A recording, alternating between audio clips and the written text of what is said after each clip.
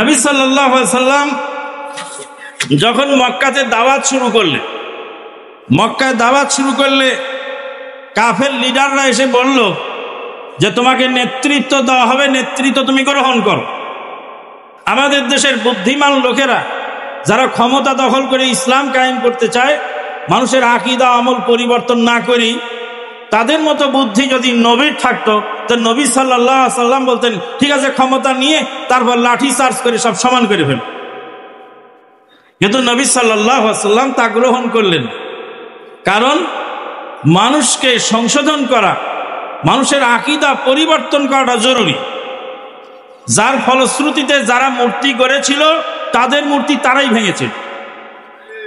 আজকে যদিও মাজার ভাঙা চলছে মহা সমারোহে, তো মাজার তো আজকে ভাঙবেন, কালকে আবার তারা সুযোগ পেলে আবার বানাবে। তাহলে এটা কি সমাধান? এটা স্থায়ী সমাধান নয়। যারা মাজার গড়েছিল তাদের মাথার মধ্যে এই কথাটা ঢুকাতে হবে যেটা শরীয়তের সঙ্গে সাংঘর্ষিক। এক ভদ্রলোক তার বাবার কবরকে সঙ্গে মারমার পাথর দিয়ে বাঁধাই ছিল। যখন কোরআন হাদিস পড়ে বুঝতে পারলেন যে কবর বাঁধাই করা জায়েজ নয়, তখন নিজের বাবার কবর নিজে হ্যামার দিয়ে নিজে ভাঙল। মক্কার যারা মূর্তি পূজক ছিল তারা সংস্কারের মাধ্যমে যারা মূর্তি পূজা করছিল তারা মূর্তি পূজা ছেড়ে দিয়েছিল।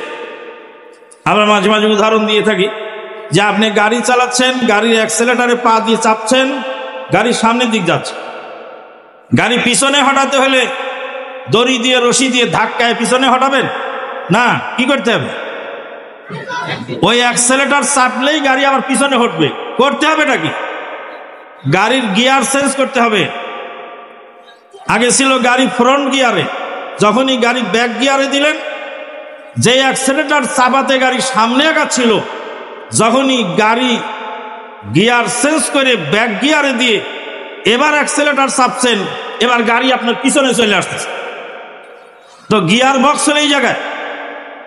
গিয়ার বক্স যখন চেঞ্জ হয়ে যাবে, আকীদা যখন চেঞ্জ হয়ে যাবে, যারা যেগুলি গড়েছিল, যারা যেগুলি করেছিল, তারা সেগুলি ভাঙবে, নষ্ট করবে, তারাই একসময় নিশ্চিহ্ন করবে ইনশাআল্লাহ।